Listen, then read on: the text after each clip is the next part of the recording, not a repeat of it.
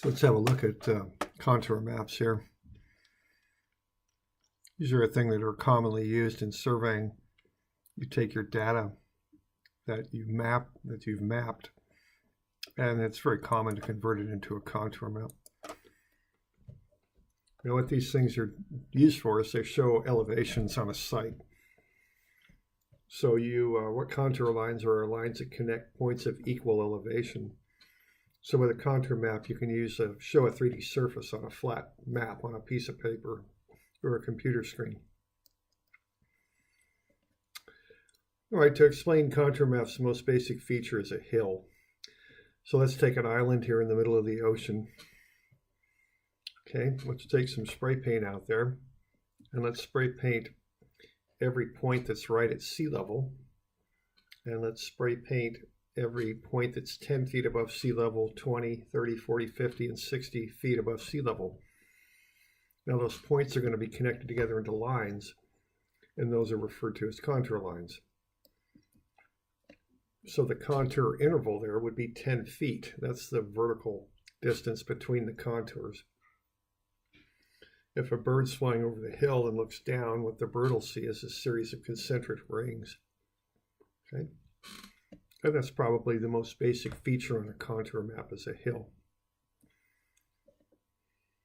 So the contour interval is the vertical distance between two contour lines. So in this map here, it's 10 feet. Now flat ground would be shown with a low contour interval. Hilly ground would use a higher interval. So if you're drawing up a map here of Albany, you might use a very low contour, maybe a foot, maybe 2 feet. If you use a really high contour interval, like 50 feet in Albany, you're not going to have any contour lines on the map. Similarly, hilly ground uses a higher contour interval. So if you're drawing up a map of the Cascade Mountains, you might use a 100-foot contour interval. If you use a 1-foot contour interval on hilly ground, you're just going to end up with a big ink blot for your map. So you choose the contour interval to match the ground. The steeper the ground, the higher the contour interval. Okay, contour lines are then labeled with their elevations. Sometimes only every 5th line is labeled. That's called an index line. Index lines are darkened. So there with that hill there, what we've got are index lines on the left for that domed hill. Every 5th contour line is labeled. So there's 100 feet between the two index lines. So if you take 100 and realize an index line is every 5th line, the contour interval there would be 100 over 5, 20 feet. Okay. Now, when we're labeling these index lines and contour lines, they should be on an even interval starting at 0. So if you're using a 100-foot contour interval, let's say, the lines would be 0, 200, 300, 400. They would not be 50, 150, 250, and 350. So the idea is contour lines and index lines, if you're using them, should be an even multiple of whatever the interval is. So here, with a 100-foot interval, the lines would be even multiples of 100. That's the idea. Now, if contour lines are close together, we got steep ground.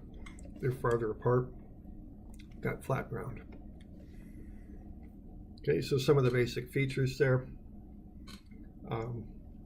A domed hill, again, a series of rings. Now, a dry lake or a depression looks just like a domed hill. So to distinguish between the two, they usually mark a dry lake with hatch marks, indicating the contours are going down, not up.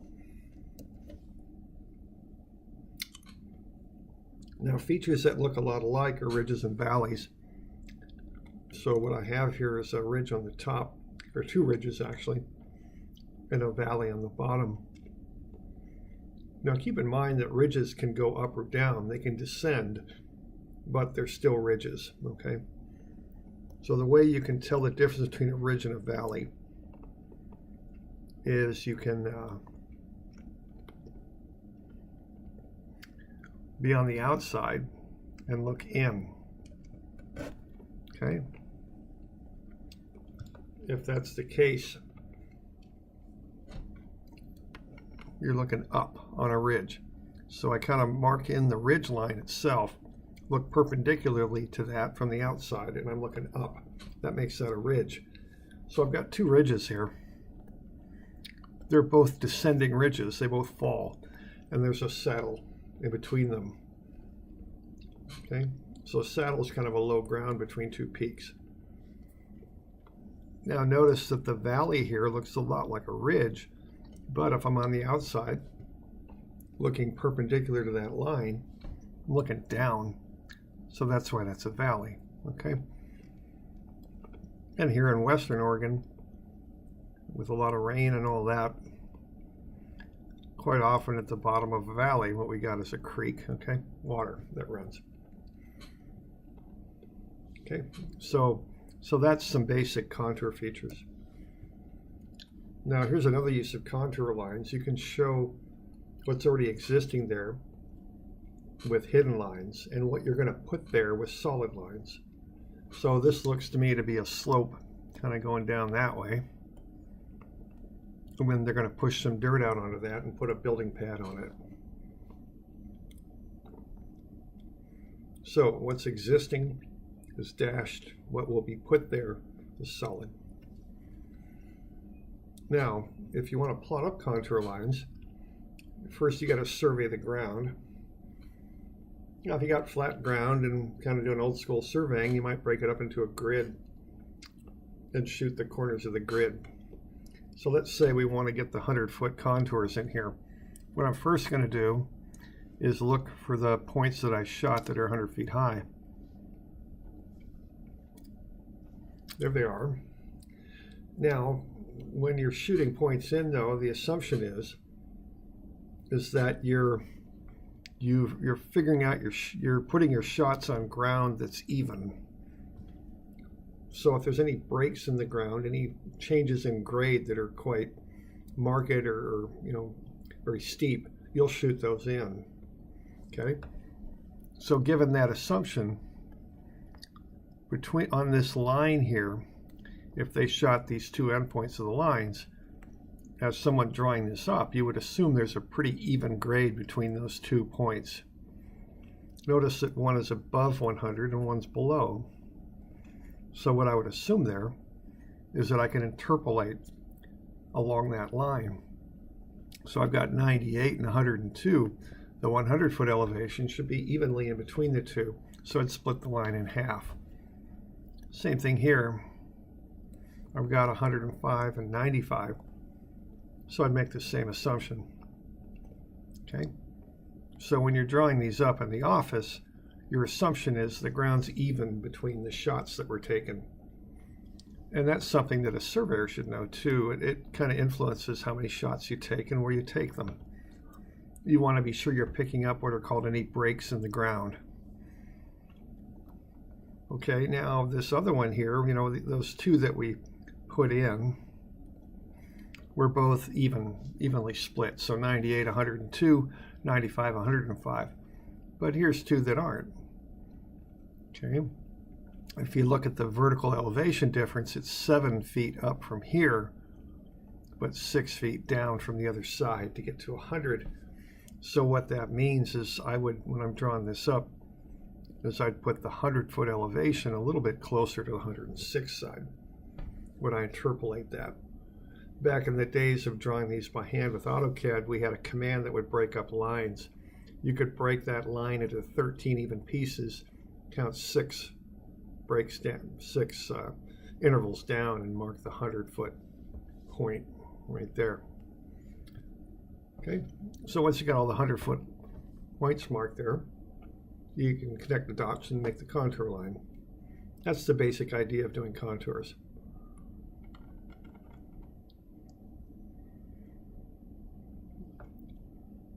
Okay, now let's say we've got a grid square here, and let's look a little bit more detail how to do this.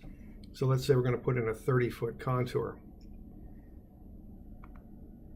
So what I'm going to notice here is I got 28 and 32, so somewhere in here has to be a 30-foot contour, or 30-foot elevation, I guess I should say. Here's 32 and 27. Somewhere on that line has to be a 30-footer as well. You know, as the ground goes from an elevation of 32 down to that elevation there on the right of 27, somewhere in there it's got to hit 30, and you'll interpolate that in. Now, here, there's no 30-footer there nor here because the endpoints are 28, 29, and then 29 and 27. So the 30-foot elevation doesn't go through there. Okay, so what we're going to do to get those contours drawn is the first thing we're going to do is we're going to take this line, break it up into 4 even pieces because there's 4-foot elevation difference between 32 and 28. And then this other line, we'll break it into 5 pieces because there's 5-foot elevation difference between 32 and 27. Then you just pick out the points where you hit 30 on the elevation, and you connect the dots. So that contour would cut across that box as shown. Okay. Now, to finish it up, though, what you want to do is look at the diagonal that's most perpendicular to your contour line. So you got a 30-footer running across like that. The diagonal that's most perpendicular, I've already got it drawn in so you could see it there. That's going to run this way, okay? Now that goes from 32 to 29, so I'm going to break that into 3 pieces, and there's 30. So what I'm seeing there is that contour bows out a little bit, okay?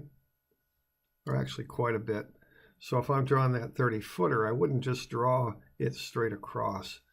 I'd bow it out like so, okay? All right, now, when you're doing this these days, you just shoot points that pick up the breaks in the ground, okay? Now, a lot of this stuff is done on computer now. There's programs that'll just generate contours for you. Notably, Civil 3D will do it. There's a program called MicroStation that'll do it. Eagle Point, there's these different civil drafting programs where you would enter the data that you shot out of the field. You put it on a data collector on your instrument and then just dump it into your computer. All right, and then once you've got that, it would then create what's called a triangular irregular network, or a DTM, digital terrain model.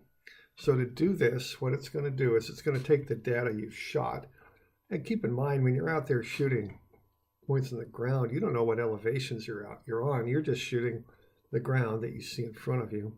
You're picking up what I call the breaks, the points on the ground where the grade changes. Okay, so you can't ensure that you could shoot in a 30-foot contour. You just shoot points in the ground, and it's in the office is where you figure out where 30-foot elevation is. See, you take the existing data and interpolate the 30-foot elevation. So what your computer would do if you're using one of these specialty programs to do this is it takes the points that you've shot and it finds the nearest 2, and it creates kind of a triangular surface. That's the origin of this word, triangular irregular network. And it does that repeatedly and creates a series of triangular planes on the ground that's been shot, kind of like the facets of a jewel. Okay, then what it would do to find that 30-foot contour interval is interpolate on each one of those lines where 30-foot lies.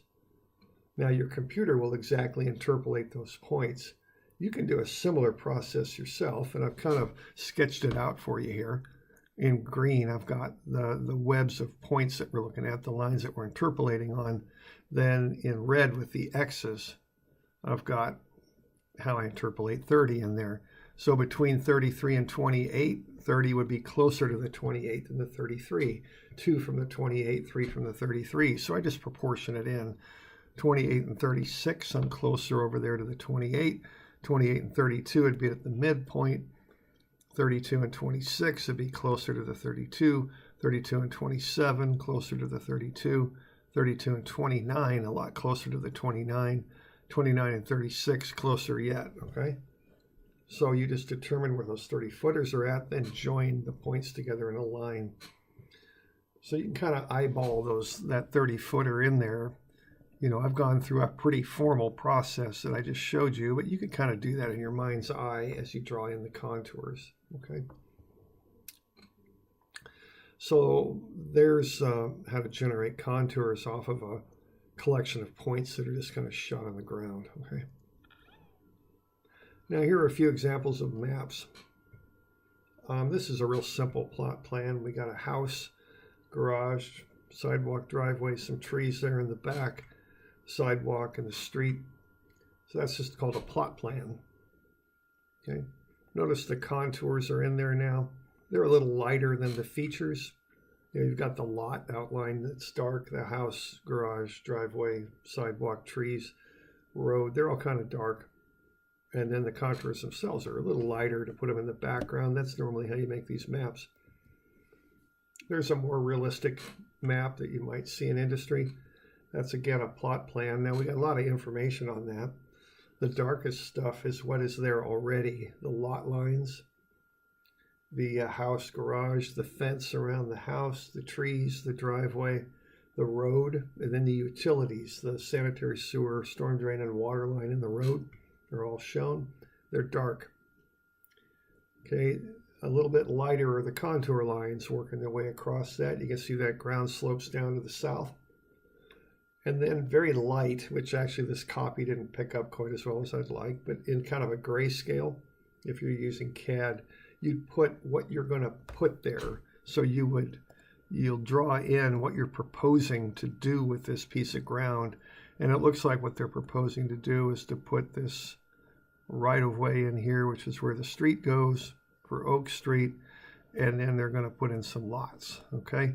So that would go in grayscale in the background over what's already there. And so this map could be used, you know, for a lot of different purposes. A planner might use that to get some idea of what's there and what's going to be there.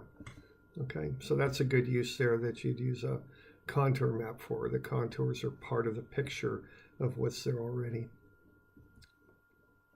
Okay, there's a plot plan of I think it's a wastewater plant, the Albany wastewater plant. So the contours are used to show the grading plan, how the dirt is laid out there, how the water will drain off the site, what the slopes look like, that sort of thing. Okay, there's a USGS quad, kind of an old school contour map. Notice they're using index lines. Every fifth line only is labeled. If they tried to label every line in there, that map would be a bit of a mess. There'd be numbers all over the place. So that's why they're using index lines. You don't have to use index lines, though. I mean, here we're labeling every line on this map. So you'd kind of do what works best to communicate what you're trying to communicate. Okay. And so there's just some examples of contour maps.